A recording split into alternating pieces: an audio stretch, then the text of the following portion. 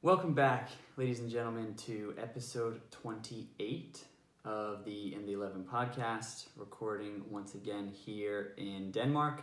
However, today, not just me behind the microphone, we are joined by a very special guest. He is the man responsible for bringing me to Denmark, giving me this opportunity, and I'm incredibly grateful to him, not only for that, but also for being on this podcast today.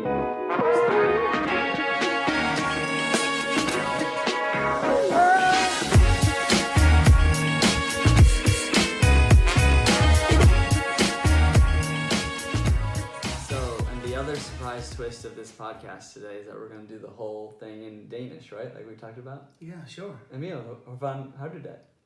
Jeg har haft en rigtig fin dag. Hvordan har din dag været? Yeah, meget good. Meget good. Ja, tæt på, men dejligt at høre. That's the end. That's the whole episode, guys. So yeah. We did it.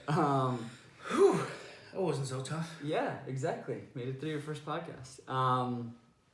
So this is Emil Eriksen. He is the coach for the club that I play for right now at Aabyhoj, IF. And like I said, I'm super excited to have him on the show and for us to talk a little bit about the goals for our club and everything that goes into this experience here in Denmark. So how are we? How are we doing? We're doing really good. Still waiting for COVID to end, but at least we can train now.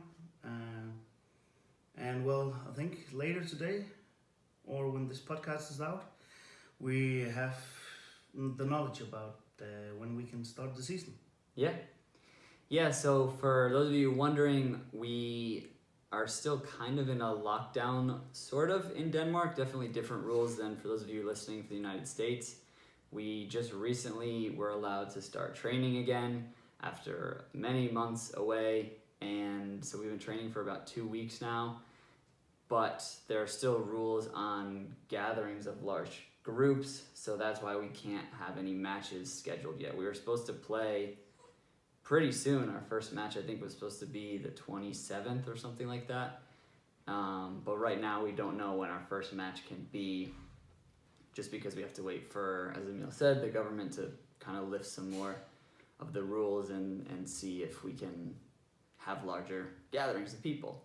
So let's rewind a little bit here and talk about how did we first meet? How did this kind of whole project or thing of some random American guy coming to Denmark, how did that happen?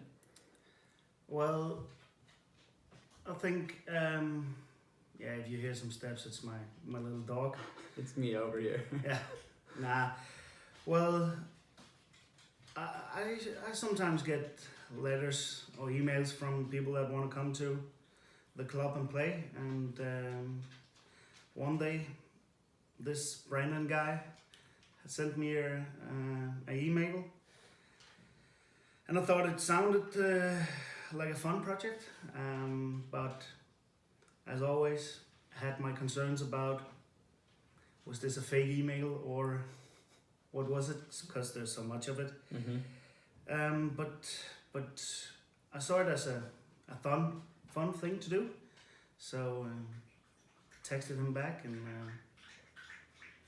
I would say now we're here, but that's not the whole story. Yeah, there's definitely some more pieces to the puzzle. So yeah, I was reaching out to clubs, and I'd reached out to Emil, and then this is way back in, I think, April or May of 2020 when we had our first phone call where we talked about what it would be like for me to come and play for the club, and you talked about what you were hoping, what your vision was for the club, and we, at that point, the virus was a little bit better, so we thought maybe soon it could happen, but it turned out that we were still basically a whole year away from it happening. Yeah,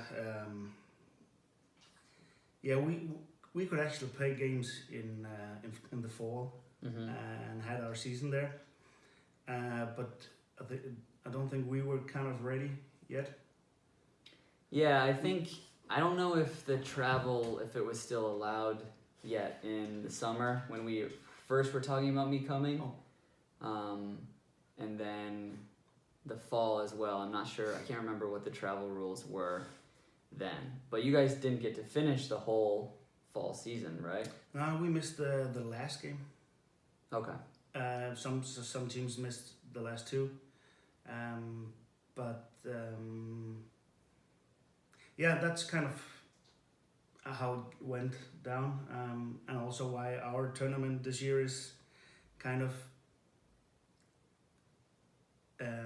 different in terms of what it used to. We're only 7 teams now, and only 1 team will get up, so it's even harder to promote this season. Yeah. So normally, in a normal year, what would it be? It would be 8 teams fighting for first place, where first place will promote and the second team will go into a playoff game against the number 2 from the other promotion league. So we have 2 games less to get the points that we need, and only 1 spot to fight for. So this season will get really tough, and I'm really looking forward to what DBU, our football association, will make of rules for this spring promotion league. I know there's a lot of things on the board right now, and if we play, if we can start playing in mid-April, as it looks like right now, we're just gonna fulfill the whole tournament with the 12 games that we have. And if it's late April, they will take some games off, and so on. So one big question mark right now, but really what I have most in mind is just happy to train with 25 guys that we're allowed to, and make good football plays. Yeah. Kind of my mentality in this.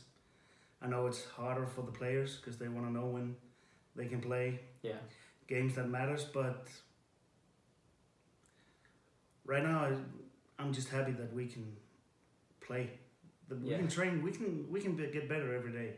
Yeah. Now, because we couldn't that before. 2 weeks ago we could only be 5 together, and well, yeah, you can train, but then in our club we just made the rule that we will show the community that we will not train. We would rather get rid of this pandemic. Yeah, and I think it's probably a good thing that we have more time training before we play the real matches, because especially if we can't start until the middle of April, that might mean that we have to... I know the schedule in May looked like we have a game every couple of days. It was like, I think 6 games are on the schedule right now for the month of May, so it could be like a really compact, like dense schedule where you might play a game every day. So that means you need to have a lot of players who are fit and ready, and like you always talk about having a big squad to be able to pick from each week. Yeah, sure, and maybe we'll get down to that later in the podcast, but sure, I love to have a big squad, and I'm not only interested in the best, let's say 14 guys. I'm more into the 40 guys, to make the number 40 in the squad as good as he can, instead of just focusing on what's right now. Try to see the bigger picture. Yeah. And for a club as Aabyhoj, that's really important, because we want to have good players for sure. We want to go up to the next level, but we also just want to get people on the best level that they can. Yeah. And well, for a Danish saying. That's also what turns me on in the morning.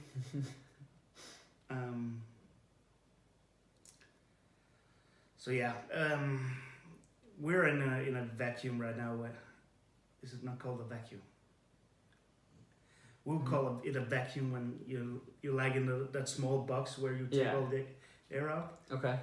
Yeah. Where we don't know where and what to do, so we're just focusing on what you can control, and then kind of like our story for a year. We did what we could do. Yeah. And well, we talked a lot in that year. I think I got Brandon on board when we, in our first phone call, I think I invited a close friend of mine into the... Yeah, so as Emil said, we had a number of phone calls for the rest of 2020 until I actually arrived here. And it was funny, people were asking me, what's next for soccer, what's next for football for you? And I always would say, I have this good Denmark opportunity, and sometimes with opportunities, they're only there for a little bit and then they're gone. But this Denmark thing stayed right at the front of my mind for so long because we kept checking in with each other every week or so, or every few weeks. But the very first time he called me, he was like, I used to, I'm really good friends with Aaron Johansson, and I used to train him, and et cetera, et cetera. And at first I was like, okay, maybe he just trained him one time. Sometimes people say things where they try and make it seem like, they're bigger than they are. But we're in his apartment right now, and for context, right behind the camera is his Werder Bremen jersey. And as we're on the phone the first time, he's like, oh, actually, Aaron's calling me right now. So he goes on hold for a second, and I thought you were going to answer the call and then come back to our call.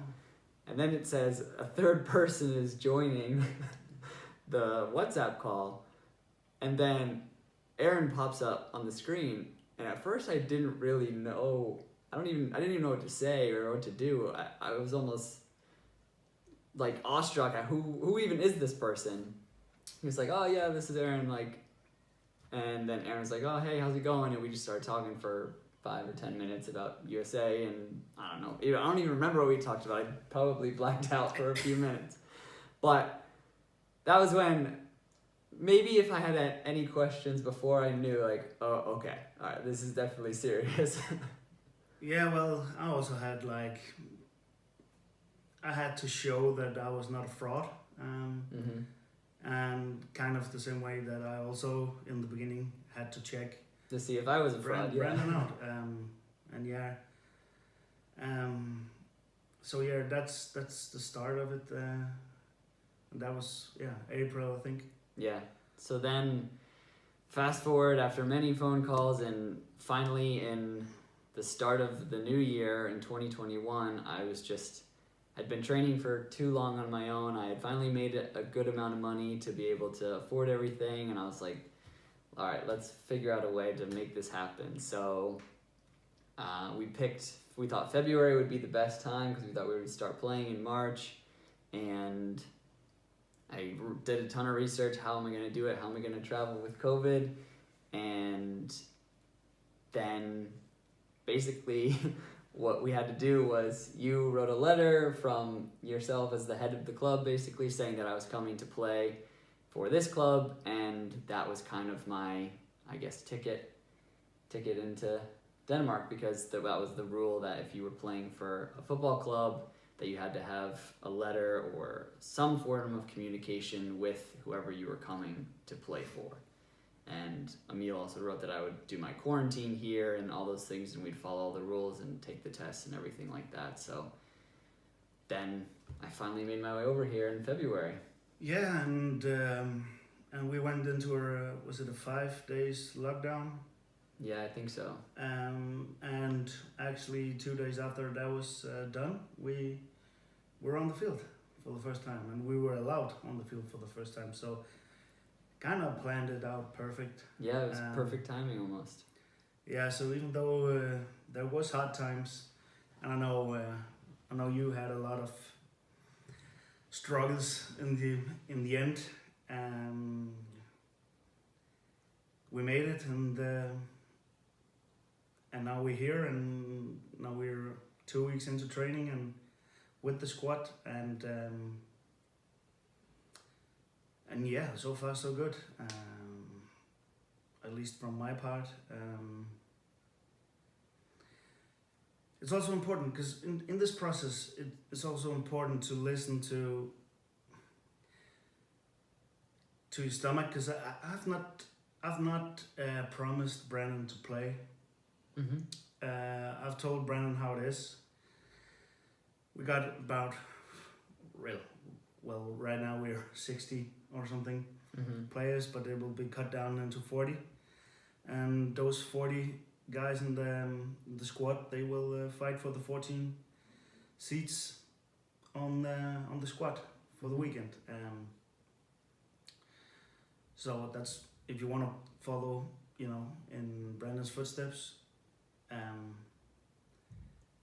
be sure that that the guy you're talking to in the other country is not promising you all that much, because they can't really hold it in the end. I think that's for sure. That I told Brandon, come fight for your place, and I'm your coach when we're on the pitch, but when we are outside of the pitch, I'm just a guy that wants you to be the best you can be, and help you as good as possible. But so would I do for anyone in my own guys, or the next guy who calls me and say, I want to do this, because that's what drives me, and also what drove me for a whole year in the contact. Seeing you, big props to you to send me videos of the training programs and let me see that you did them, so it wasn't in vain. And I could see you meant it seriously. So yeah, I was all in. I think from June, we just started regularly to talk. Yeah. So yeah, basically haven't promised Brendan anything other than I'm gonna do everything I can do to get him where he wanna be.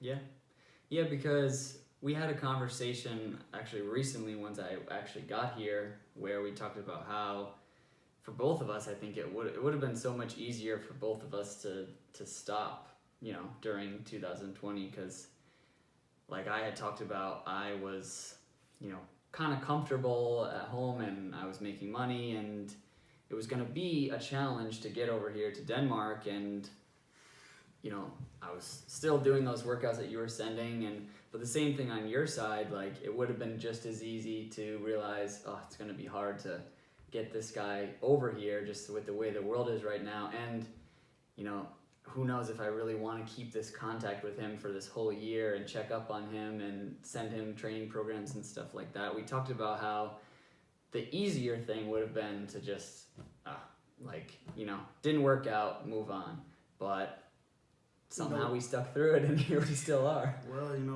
no adventure in that. Exactly. Just giving up, and also because this is a way different culture than the American one, the Danish one, and you know what? In our culture in Denmark, we're so good at giving up, because we always have something that catches us. We talked about it with the social security and stuff like that. So yeah, that would have been way easy. But there wasn't any interest from my side to give up on this. I think this is, first of all, cool of Brandon to come and give it a go.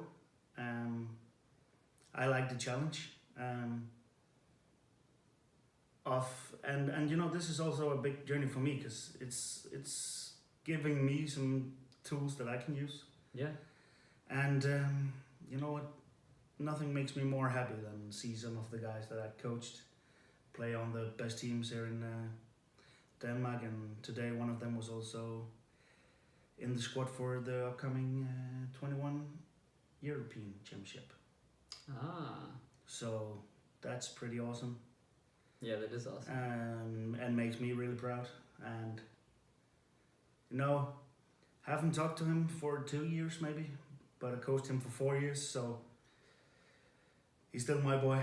Yeah. And we still talk when we meet. So yeah, nothing makes me more happy than seeing guys like you that have this inner drive to make it in football. And you know what, I want to do everything for guys that I can see wants it.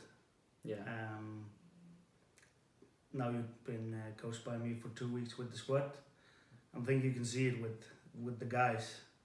They're burning their fire every day in training.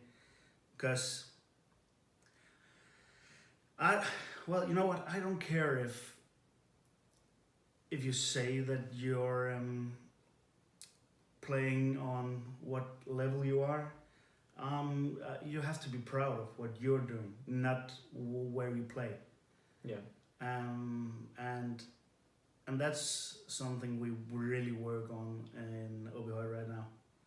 You have to be happy for the club, not just to say that I'm on the first team. Yeah. Because then it's not your inner fire who does it, that does what want to make you better. It's just what your mind can hear you say. If that makes any sense. Yeah, it should be about the club itself as a whole, like we've talked about. It should be about wanting to represent the club well and not just using it to say, oh, I'm a part of this club, isn't that so cool? Like to make people think of you better. It should just be about your own pride and your love for the club you're playing for. Yeah, and also the fact that 40 guys is a lot in a squad. So somebody's gonna get sad or frustrated every week by not playing on the first team. But when you have the inner fire, it doesn't matter if this week it's on the first or the second team. Yeah. So then you just go and play for the second team like you have to be the best. And that's what has to motivate you. That every day you want to be the best. In training and games. And, well, simple said, and life. Yeah.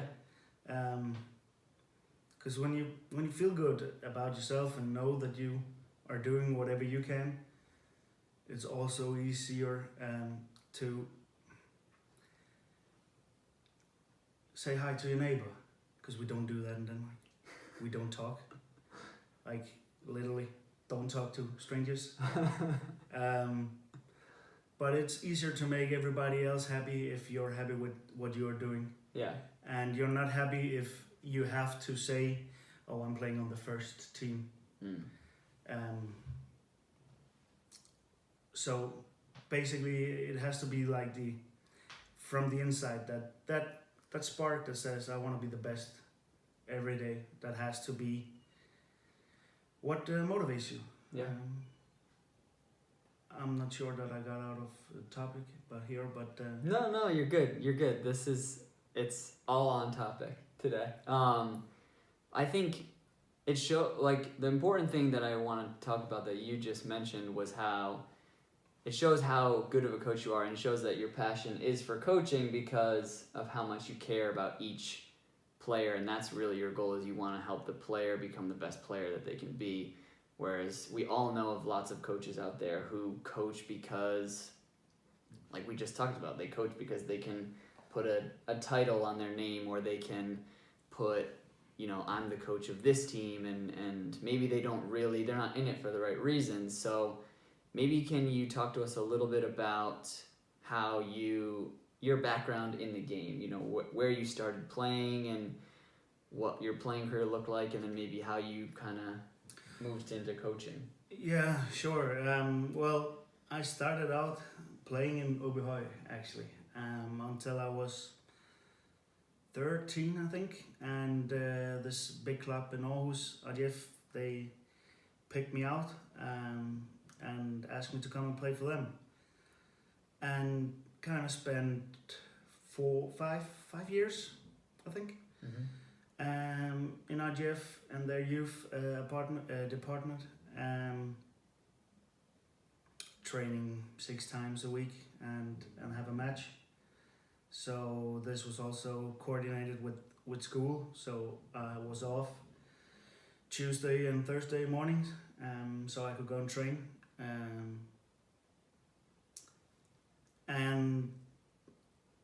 And then, as some people start to get injured, and I think I was 20 when I got a hip surgery. Came back, played just on a low level after that for 6 games. After I think 2 years of recovery, and then I blew my knee, both MCLs and ACL and menisc, both of them. So I had to go through 3 surgery before that went to pretty normal again. And at that point I was done on the field. And well, in the meanwhile, after I stopped in Aabyhoj as a player, went to Aabyhoj, played on the first team for a year before I had to go and get my hip surgery. And while I was playing on the first team, I started coaching. First an under 12 team for half a year, and liked it. But then I took over my little brother's team, and you know my little brother. He's the vice captain for the team now, and I took them from they were 13 till 16, I think. I think it was 4 years, and we made some really good results. Had in the cup, we played against some of the big teams and was lucky enough to beat them. We never won the cup, but got to a semi-final or quarter-final, but way too high for our little club. And then Aabyhoj called me and asked me for coming back to them as a coach. And I took my goalkeeper from the team with me. And half a year after that, he got a contract with the club. Wow. Went with the national team, under 17. And yeah, well, while I was coaching, he also went to the under 19 national team and on the bench for the Superliga, the best squad here. So we made some good things while I was in Aabyhoj as a coach, because our motivation was never, well, yeah, of course, in the weekend we wanted to win the game. But during the week, it was more about making players better. Yeah. So that we win the game in the weekend. So it was not, we were not focused on having the result in the weekend. We were focused on making players so good that we win in the weekend. And that's kind of also for your listeners to take a notice about, if your coach is more eager to win in the weekend, then making you guys better throughout the week, you have to go somewhere else. Because sure, it's important to win games. Yeah, but there's a balance between... There's a big balance. I want to win. Sure, we have a tactic, but our tactic is about making players better, getting a lot of one-on-ones, both on the offensive side and defensive side. And and not so much focused on standing in a 4-4-2 formation and them not making any goals because, well, yeah, you get better at defending, but overall, you have to go further than this team, so you have to be good at your 1-against-1s. You have to be good at playing in a high pace. You have to be, because hopefully you will end up in a club where they don't play the 4-4-2 defensively formation, but you end up a place where you have to play good. So it's kind of, if you do it the 4-4-2 way, as I just call it now, you make the team good. Yeah, but the players sometimes don't get the benefit of that. They will lack in training. They will not get as much 1-against-1. They will not train in a high enough pace for them to, eventually go up and play on a higher pace. Because it's the big difference between amateur football and pro football. It's just they train more. They train with a higher pace. So, of course, they are in a higher pace. You know, get it from American football when you go from college to NFL. Sure, yeah, you play on with the pace. You play them, but now you just come with and play with the best. Yeah. At high pace. Yeah. And best training. So of course you will get better. So this is kind of what we're in Europe and Denmark are trying to do from they're young. Giving them the environment where they can. Where we have focused on the individual instead of the result in the week. So that was kind of what it was a lot about when I was in Aabyhoj as a coach. Every weekend nobody could have a bad training, had to compete every day and you know what, the best players on the team had to be even better in training than the second best, because otherwise we couldn't lift them as individual. So that's where the training really, and the training mindset really came to me, that we have to train like it's a game. And we have to focus on the individual, not the result in the weekend, because it will come. And sure, you guys also have to learn how to play different tactics, but it cannot overshine the fact that you as an individual has to be better. Because I promise you guys, nobody would take a whole team and just take them and now Aabyhoj, now you guys play in the Superliga. Yeah.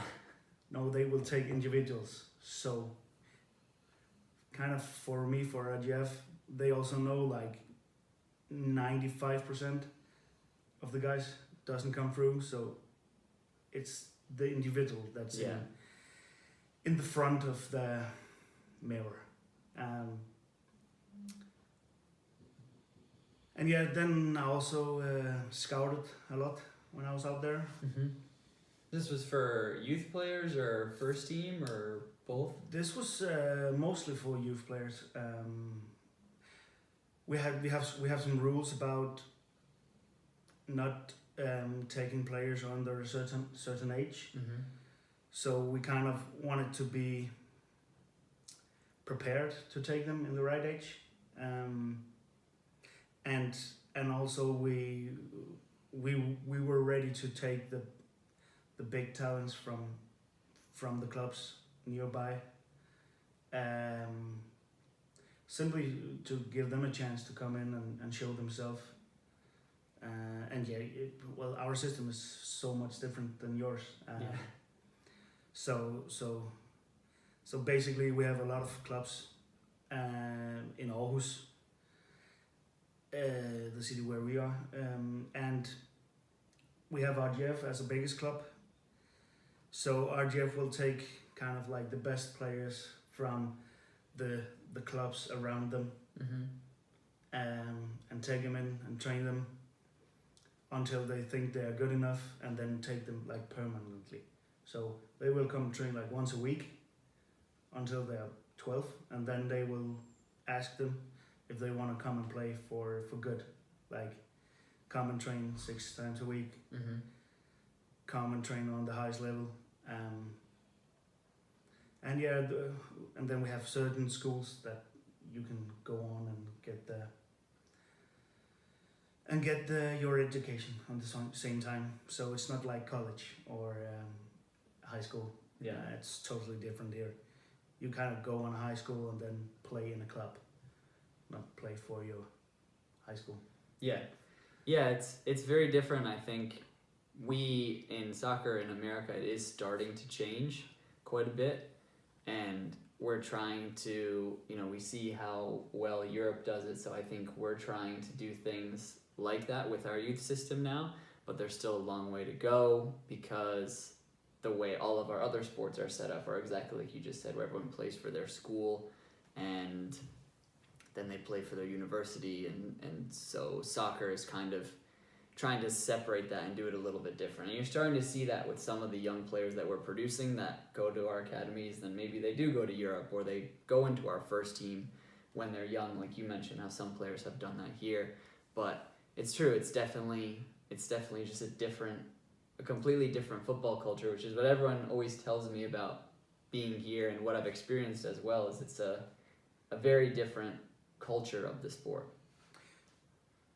Yeah, and in the meantime, it's it's kind of the same, because you guys have big colleges where the best players are going, so that they can compete on the highest level. But before that, they have been to smaller high schools where they have been the best for a long time. Yeah, that's very true. But this here is just putting guys kind of from 12 years old into an elite environment where, well, you as a club has their full schedule and what to train on what age group, so that they will learn what they have to learn, and then from their it's called under 17, you start to play like you do in the Superliga for a full year, and you start playing only against the best clubs in Denmark as well. Before that, you play against teams from around where you around are. here, and maybe Jutland. But from under 17, you go and play in the whole country. So you go and play against FC Copenhagen, you go and play against FC Midtjylland. Well, you probably have, because they're close to here before, and that's where it really starts to get intense with the training, and you really, and this is where a lot of do it's or don'ts are coming, because this is where you really get picked and start to get money for it. Like, we can sign guys from, I think it's 15 or 16, not quite sure, and start to give them allowance, so we know that they don't have to sit behind the cash register, and then they have free school. No, but so they are in this so long that even the guys that maybe have slacked, maybe have had a small body than the other guys, starting to compete on the highest level, because that we have the possibilities. We have a national teams for late bloomers, as it's called. Okay. So that means if you're a guy who's not involved as much when you're 16, but you can just see, oh, he's so good with his feet, this guy can really go and be something. We actually have a national team for them, because they cannot compete with guys our big strong, size. A 16-year-old boy, there's a lot of, some can be like as big as me, like a fucking tree, or they can be small as what do you got? Smurf. You have Smurfen. Yeah.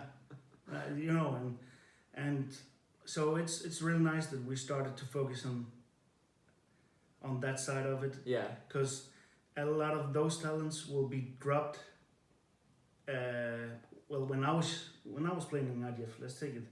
We were just the biggest and strongest guys. Yeah, so some of the small guys didn't make it through. No, because we peed on them in the shower and tackled them hard in training, because we didn't like the small guys. But now we have a reason to hold on to them, because we know that they can still come and be something. So yeah. So to transit back to the scouting question, or to talk about the scouting, so I also had a big influence on which guys I thought could be something. Mm-hmm. So that's one of the things also when you scout in general. Like, just really look at what I call spidskompetence. Find that one thing that they are really, really good at. Because you don't get professional, you don't become a professional football player by the things you cannot do. It's by what you can do. And just look at every single football player in the world. Of course, yeah, they can pass, they can shoot, but take Pirlo. Or let's say David Beckham. I think a lot of Americans know him. He had the best cross, the best right leg in football history, maybe. And that was his one thing, his spidskompetence, that, one important thing that he was good at. And that could make him a pro player. Take Jürgen Klinsmann, your old national team coach. He was the fox in the box.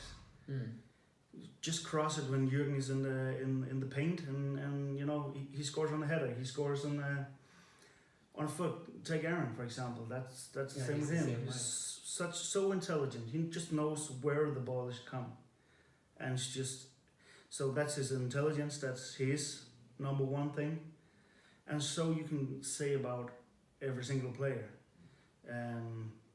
Like Brooks, so strong. What's his first name? The John Brooks. John Brooks, yeah. Center back? Yeah. Mike Bradley, his lungs. An old guy, if anybody knows, Benny Feilhaber. He played in Aabyhoj, so that's why I know him. He was here for 2 or 3 years. We loved him, but he was so creative. He has such good technique. And with a guy like Benny Feilhaber or Brooks, nobody's talking about like Beckham. Nobody's talking about he was really, really bad 1-against-1. Yeah. Everybody's talking about how good of a right leg he has. So it's not what you cannot do. Of course, you have to have some kind of level on that side, but it's the most important thing is to have that one thing that makes you stand out. Yeah, it makes you special. Neymar with his dribbles, Mbappe with his pace. Yeah. Cristiano Ronaldo, just a goal scorer. Messi, the dribbles again. And then of course he can do other good stuff, but that's mainly where you look at the guy. What's he good at? That one thing, that's one where you become pro football. Yeah. Because you're not talking about Messi being really bad at defending. Yeah, no one does. Yeah. No. So take that in mind when you see yourself as a football player, and in a bigger picture, just really focusing your individual training on what you're good at. Yeah. And you have to have a certain level in your passing game or whatever, but the most important thing. Yeah, it's important. I did an episode on this, so I'd encourage anyone that's listening to listen to that one as well, that talks about strengths and weaknesses, where, like you said, you have to have a certain level. Everyone that's a pro has a certain level for everything. Even though David Beckham is an amazing crosser of the ball, it's not like if you put him in a game, he wouldn't be able to run for 90 minutes. Everyone has to be able to do a certain level of things just to be a pro. But for if I take myself for example, when I train, I'm not going to spend hours and hours and hours trying to be able to dribble like Neymar, because that's not the strength of my game. That's not the thing that I'm best at, and it would be a waste of time for me to try and do that. I do need to be able to dribble, like you said, at a certain level, but it would just be silly to do that. And I think sometimes players that are young, they get, if they're a really good fullback, let's say, maybe it doesn't make a lot of sense for them to go and train and practice shooting all the time, if they're not a good shooter. So it's important for players to know that as they're trying to develop as footballers. Really think about what are the things that you're good at, and what's, like you said, that one thing that's going to make you stand out. Yeah, because while I worked in Aabyhoj, I went to AZ Alkmaar, club in Holland, Netherlands, where Aaron was playing at the time, and I visited their scouting. The scouts. I think they have 6 for the first team, and I was sitting a whole day with 2 guys in a room with a projector, watching clips for around 6 seconds of each players. I think between 6 and 15 seconds. Just these scout videos, and they simply just passed every 15 seconds, and sometimes they just wrote the number of the video down so they could have a greater look. Mm-hmm. But that's kind of the mark you have to show your one good thing. Yeah. Because when a sports director look at a player, he first of all look at what do we need. We need a guy who's good in the passing game. Mm-hmm. Oh well, yeah. If you have that one thing you're good at and it's the passing game, you have a shot here. Yeah. So that's also really important, like to know in your videos when you send them. Yeah. Like the first 15 seconds, they are the most important. Yeah. That's where you show that one good skill. Yeah. If you have one highlight that you think is the best of the video, put it in the front. Yeah, and don't take the one where you're lucky to shoot it in the corner from 40 meters, because we can see through that when we scout, because we've seen that a lot.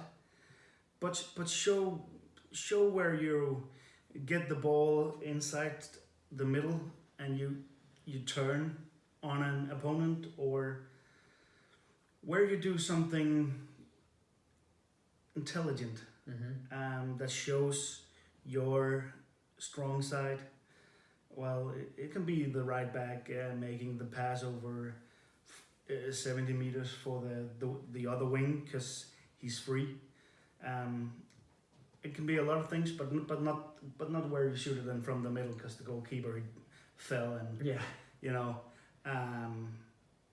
but yeah, focusing on that one. I really want an English word for spidskompetence. I don't know, I guess it would be like your specialty, maybe? Your one attribute that's the best. Yeah, I don't know if we have a word that's just, besides your specialty. No. Free translated, it's like competence. You got that word right? Competency, yeah. Yeah, so it's a pointy. Yeah, like your best. Yeah, the tip of the iceberg. Yeah.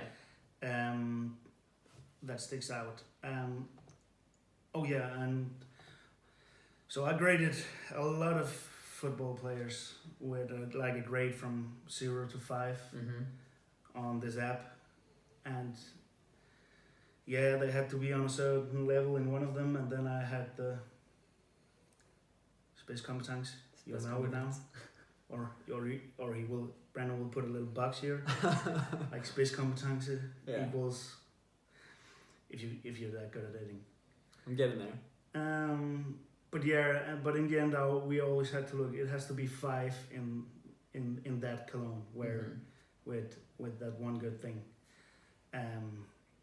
for us to be interested in seeing more. So yeah, I kind of did that and was on the assistant coach for the under 17 and the under 19 for, well, not at the same time, but switching each year for 4.5 years. And well, yeah, something happened in the club, new management. So I thought it was time for me to go on, and kind of like the same day I stopped in Aabyhoj, I became what they call. I think they make this new title just for me, because there was a head coach in the club at that point. So I just became responsibility of the green thread.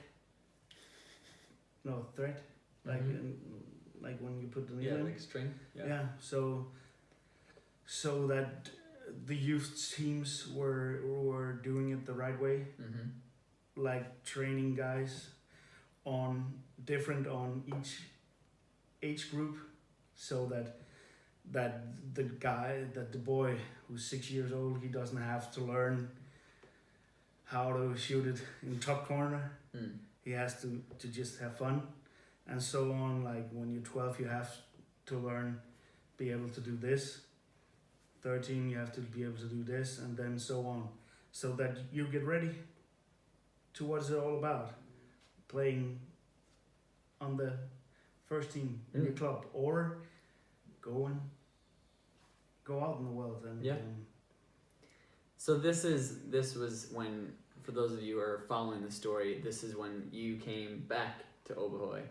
This was your return kind of to the club that you started with, if we make it kind of like a full circle. Yeah. No, I went back. It's 2.5 years ago now, and I kind of made the plan for that green, because our jerseys are green, so it's nice to call it that, because Denmark has the red string, and Aabyhoj has the white string, so we make our green string.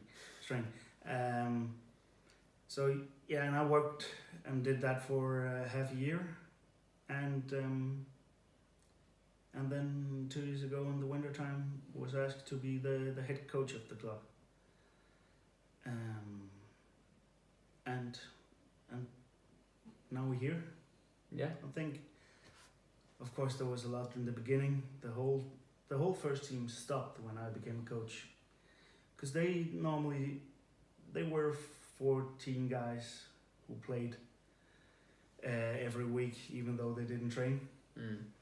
And you don't build a club that way, in my opinion. And the board and the chairman wanted to go another way, where we kind of had the club in front of the team and in front of the player, because the club will still be here when Brendan leaves, or when I leave. The club will still be here if the team is in a lower league or a higher league. And the club is now 101 years old, or 2 maybe, not sure, 1.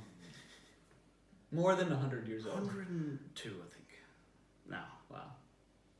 So it will be here past us. So we always, my job is to always have that in my eye when I make decisions. And yeah, now 2 years later, we're fighting for promotion, and can be the only third time in the story of the that you played at that level. That we're playing that level. So exciting times, because we're doing it right now. We're doing the right way. People staying and not just coming to say that they like to play Jyllandsserie. Because I'm not a coach who values that. I want to go for loyalty. I want to go for people that... Because the best thing in the world would be a player leaving us to getting a full-time contract. That would be the best possible thing I could ever imagine, us sending a guy on to a higher level. But I'm done with guys who's just leaving for another UNC club because they cannot go on the team each week. Yeah. Also because there's so much passion from my side. So I want to see it from you guys' side as well.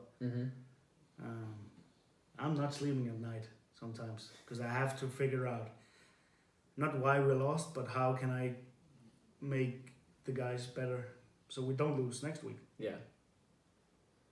So you kind of are talking about it now, but maybe talk a little bit more about what your vision is for this club. I know you have so many things that you want to do, and sure, going and being promoted is part of that, and that's amazing. But really, at your core, what you want this club to be is something that's great for the community, and it builds those relationships around the community, and that everyone that's a part of the club enjoys their time there and wants to be a part of it, and also makes people better, not just as players, which is big that you want to do, but also make them better people and have a good experience with the club, right?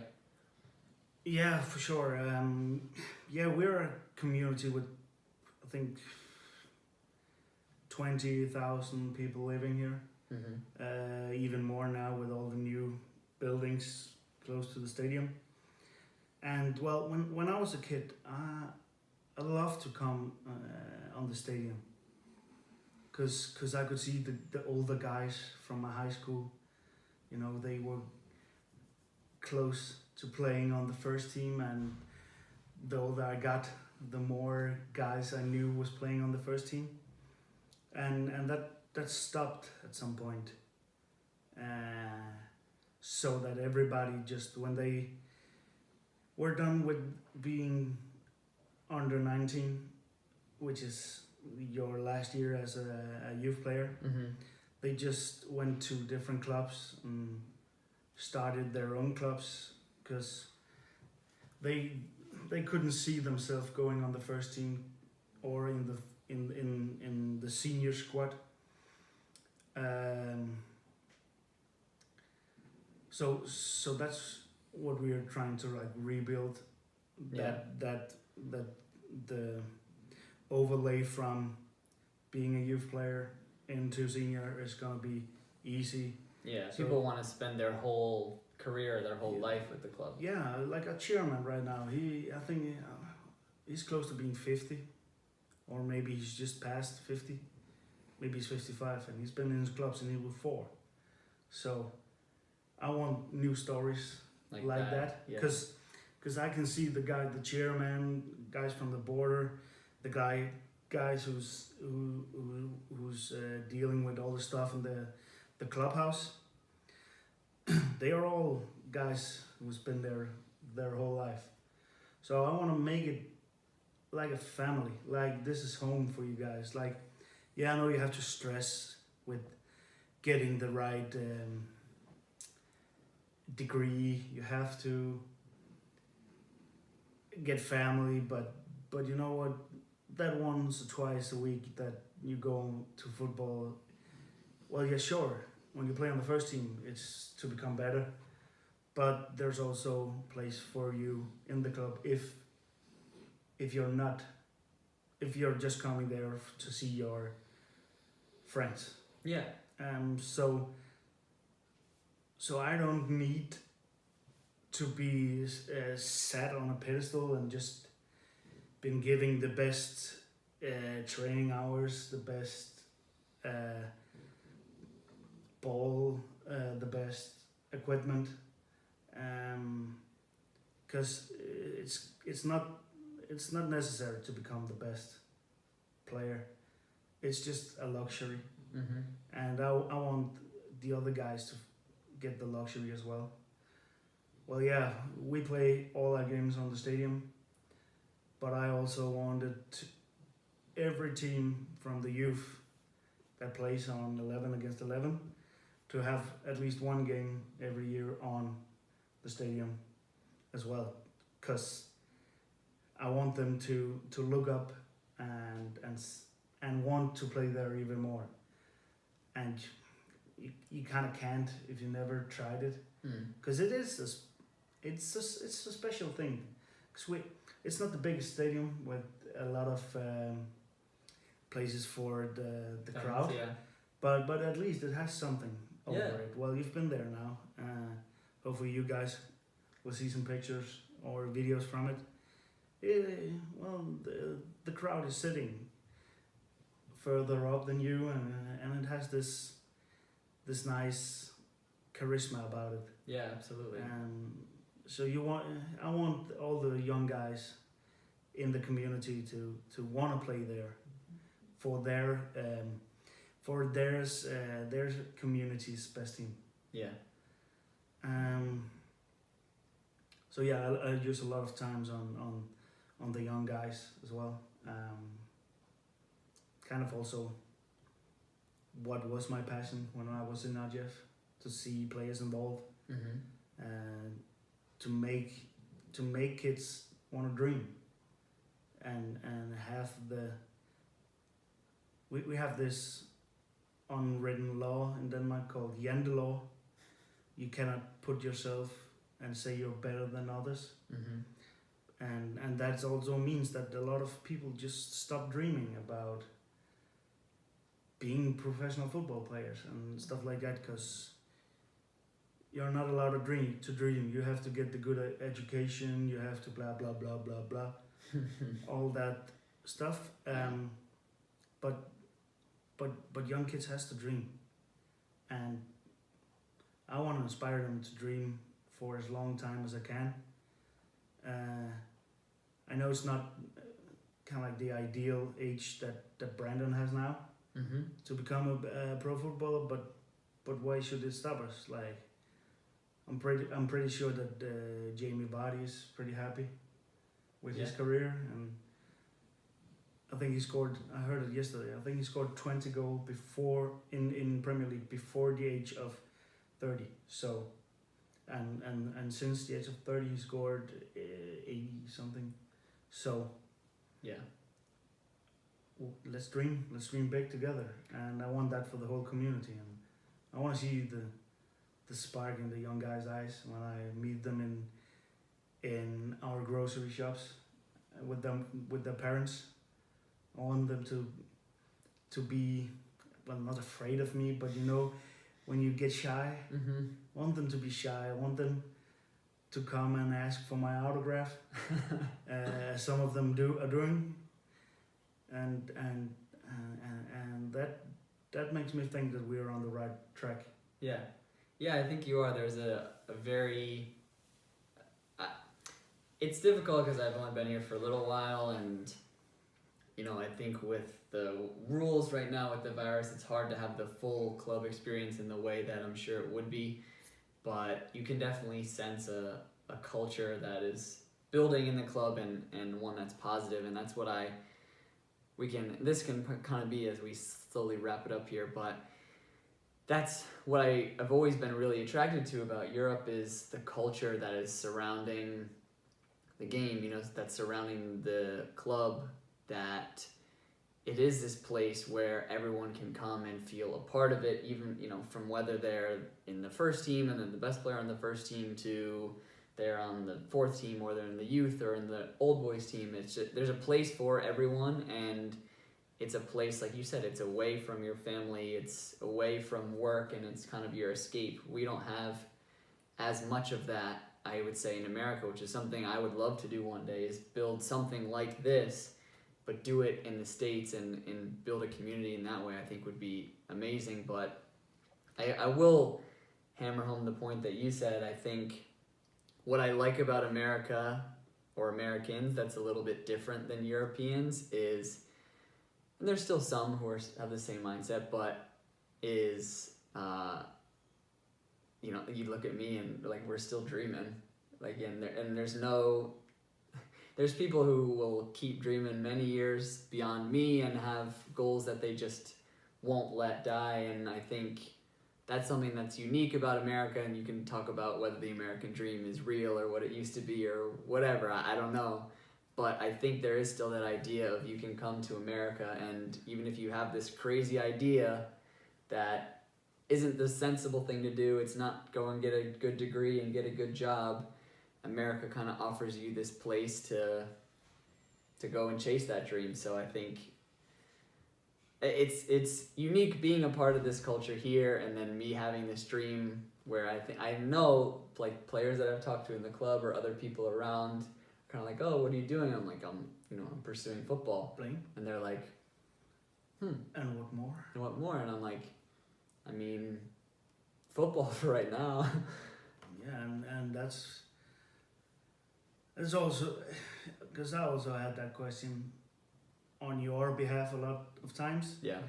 And you know what? A lot of them forgot when they got out of gymnasium. Is that your college? Yeah, I think high school. Yeah. When they got out of that, they used 1 year to earn money, and then they traveled the world for 3 months. Mm-hmm. They seem to forgot about that when they ask you, because it's kind of what you're doing. Yeah, like I have a degree, so Yeah. if I get injured tomorrow and I can never play again, it's not like my life is over. There's still a lot of different things I can do. And it's just like you said, this to me, while it's different because I'm trying to do it for a job, it's not that different from, like you said, people in Denmark who finish school and then they go to Brazil for a month or something. Exactly. Travel Asia for 3 months. Yeah. So, yeah, well, a lot of our culture is also bent up on hygge. Hygge?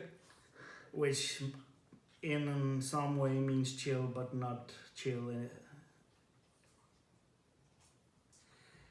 And we like to have a beer after training, and that's the part of the club you haven't seen yet. That sometimes those nights get long and really fun, but that's also it's also part of the culture in this club. And a lot of the old players come and watch the games and have an opinion and drinking a beer, and so that's the vibe there is about every home game that we have. So hopefully we will see that soon. Hopefully we can come in after training in the locker room and just sit and talk and have a soda and a beer or whatever, and just hygge. Yeah. Hopefully soon. Hopefully this corona can continue to get better and more people can get vaccinated. We can go back to life as normal. But this has been a really fun episode. I hope that you enjoyed it as well. Like I said, I appreciate you coming on and everything that you've really done for me so far. So thank you. So far, so good. So far, so good. So keep on dreaming, and let's head to the field. Yeah, you guys heard it. Keep on dreaming. If you've made it this far, make sure that you subscribe and follow along on all different platforms, whether you're watching or listening. Really appreciate your feedback on this episode. I think a lot of you guys will take a lot of value from Emil's story and from what everything he's been through in the game, and has a lot of good things to teach you guys. So thank you so much for listening, and I will talk to all of you guys again next week. Peace. And I think if you guys want, we can do a Q&A at a later point. Yeah, we definitely can. We can do I can make a post maybe, or I don't know, we'll figure something out to have people write in questions, and then I can answer them, Emil can answer them, we can both answer them, whatever. Sure. So, good night, America. Good night, America.